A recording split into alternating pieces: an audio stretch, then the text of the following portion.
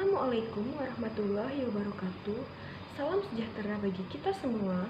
Shalom, Om Swastiastu, Namo Buddhaya, salam kebajikan. Baiklah, di video kali ini saya akan menyampaikan sebuah materi tentang strategi pemerintah dalam pemulihan ekonomi nasional pada masa pandemi.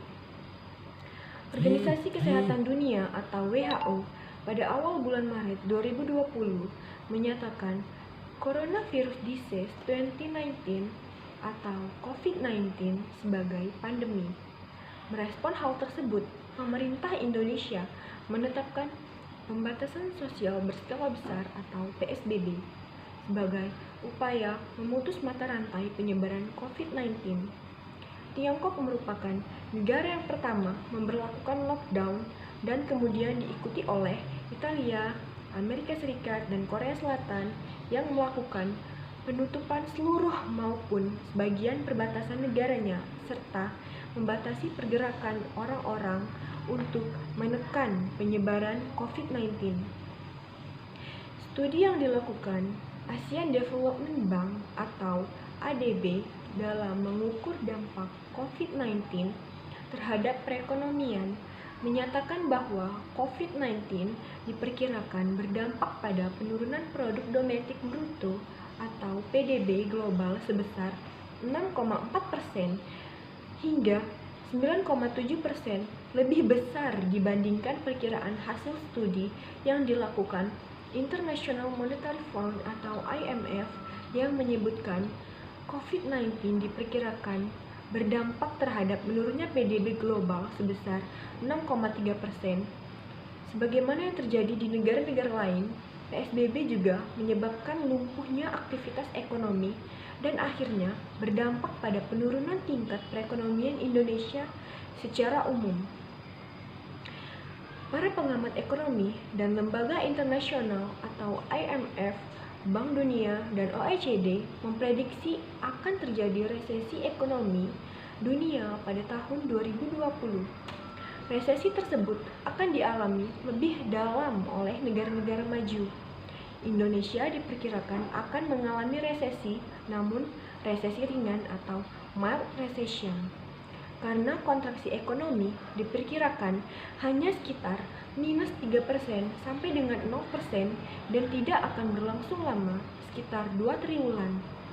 Prediksi tersebut tentu membuat kita semakin optimis untuk melaksanakan kebijakan-kebijakan pemulihan ekonomi nasional secara konsisten dan membangun kerjasama dari seluruh komponen bangsa. Pemerintah pusat mengambil kebijakan-kebijakan pemulihan ekonomi yang holistik. Pelaksanaan kebijakan tersebut harus didukung oleh pemerintah daerah. Lantas, bagaimana peran pemerintah dalam membuat strategi kebijakan untuk mendorong percepatan dan efektivitas pemulihan ekonomi nasional? Pemda memahami struktur ekonomi daerah, demografi, dan kondisi sosial ekonomi masyarakatnya. Di samping itu, kebijakan APBD dapat disinergikan untuk mendorong percepatan pemulihan ekonomi di daerah. Di samping itu, masyarakat dan pelaku usaha termasuk UMKM juga mempunyai peran yang strategis dalam mempercepat pemulihan ekonomi Indonesia.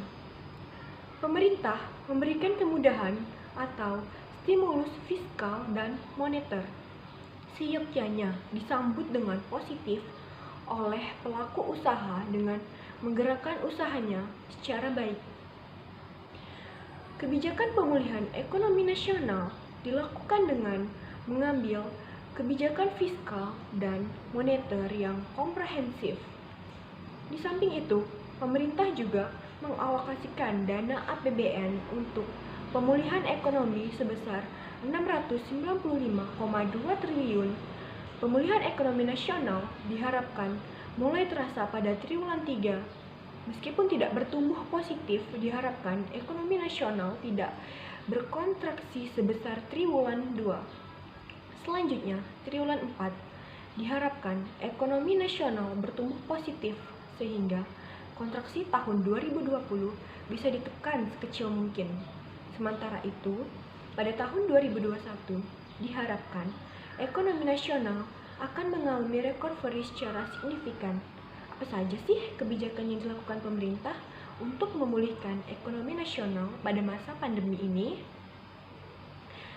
Untuk mencapai tujuan tersebut, terdapat 3 kebijakan yang dilakukan, yaitu peningkatan konsumsi dalam negeri, peningkatan aktivitas dunia usaha, serta menjaga stabilitas ekonomi dan ekspansi moneter.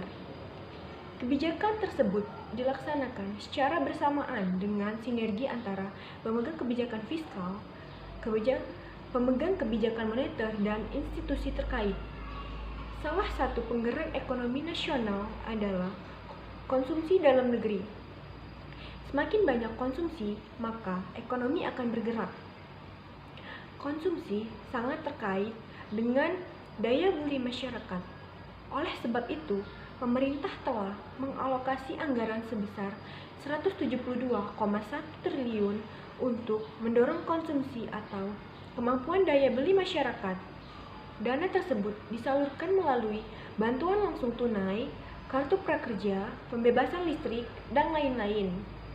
Pemerintah juga mendorong konsumsi kementerian atau lembaga atau pemerintah daerah melalui percepatan realisasi APBN atau APBD. Konsumsi juga diarahkan untuk produk dalam negeri sehingga memberikan multiplier effect yang signifikan.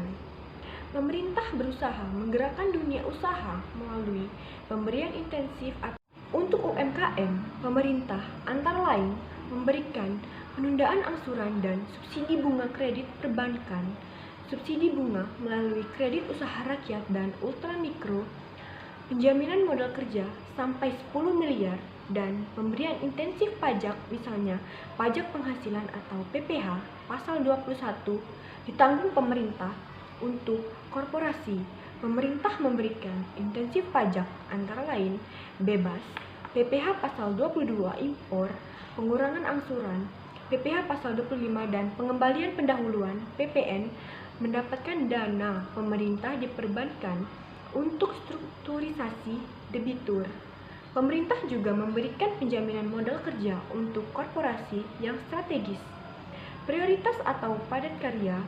Dalam rangka mendukung pemulihan ekonomi nasional, Bank Indonesia menjaga stabilisasi nilai tukar rupiah, menurunkan suku bunga, melakukan pembelian surat berharga negara, dan stabilitas makroekonomi dan sistem keuangan. Tujuan penurunan suku bunga adalah meningkatkan likuiditas keuangan untuk mendorong aktivitas dunia usaha. Mari kita bekerja sama dan membangun sinergi untuk memulihkan perekonomian nasional. The only thing that will redeem mankind is cooperation. Sekian yang dapat saya sampaikan. Apabila ada kata yang salah, saya mohon maaf. Kepada Allah, saya mohon ampun. Saya akhiri. Wabillahi taufiq wal hidayah. Wassalamualaikum warahmatullahi wabarakatuh.